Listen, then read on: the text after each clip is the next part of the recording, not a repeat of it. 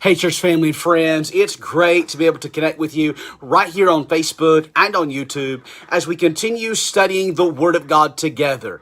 Today, we move forward in our study through the book of Isaiah. So let's go ahead and dig right into today's thought. We're looking today at Isaiah chapter 5 and verses 11 through 13, where the Word of God says this: Woe unto them that rise up early in the morning, that they may follow strong drink, that continue until night, till wine inflame them. The harp and the viol, the tabret and pipe and wine are in their feast, but they regard not the work of the Lord, neither consider the operation of his hands. Therefore my people are gone into captivity, because they have no knowledge, and their honorable men are famished, and their multitude dried up with thirst. Having set aside the first large cluster of grapes, Isaiah proceeds to pick up and to examine another, even larger set of grapes, that of self-indulgence. Now, self-indulgence, by definition, is the unending pursuit to keep our flesh feeling pleased and feeling satisfied. Solomon in Ecclesiastes in chapter number 2 and verse number 1 tells us that he tried the path of self-indulgence, and in the end he found that it too fails to deliver on what it promises.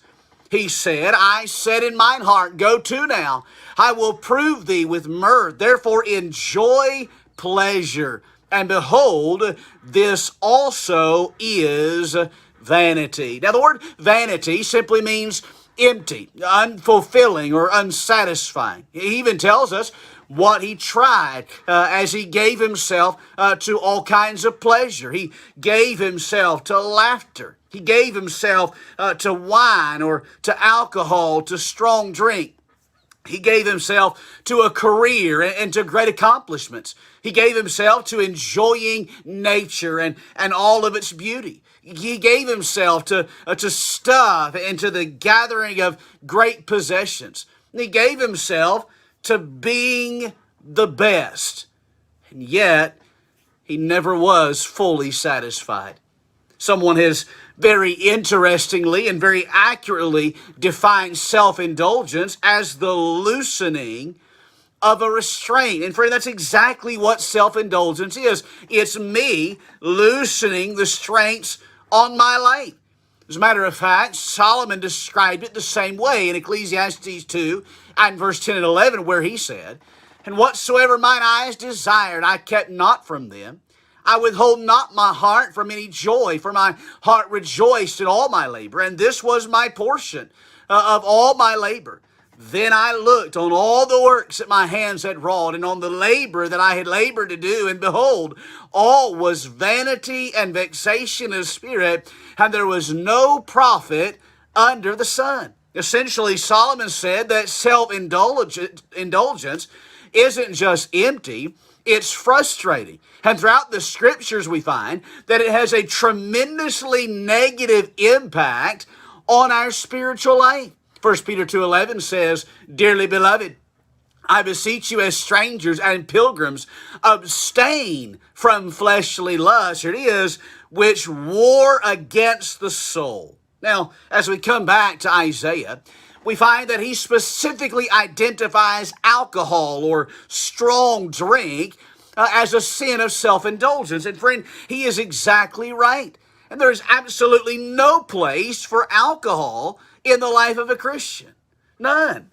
The scriptures make it abundantly clear that there is nothing good that comes from the consumption of alcohol. It robs an individual of their affections and their ability to reason, to understand, and to respond appropriately. It leaves them without the ability to control their tongue and their thoughts or their temper. Hosea 4:11 says, Whoredom and wine and new wine, here it is, take away the heart. It robs an individual of finances and of family and of friendships. Proverbs 21:17 says, He that soweth pleasure, he that loveth pleasure, shall be a poor man. He that loveth wine and oil shall not be rich. Proverbs 23:21, For the drunkard and the glutton shall come to poverty, and drowsiness shall clothe a man with rags.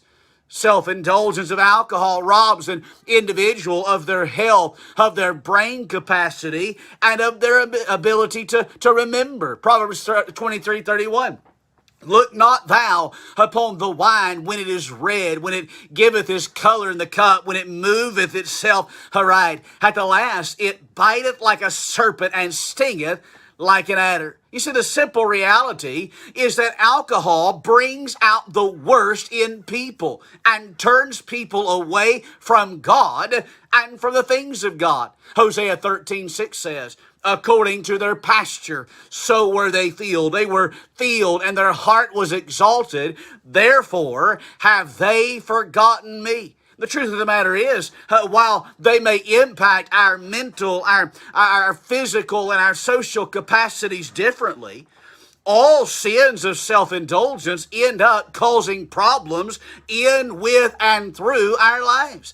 And that is exactly what we find here in Isaiah chapter number 5. In verse number 11, we find that their vice of self-indulgence determined their schedule. Verse 11, woe unto them that rise up early in the morning, that they may follow strong drink, that continue until night, till wine inflames them.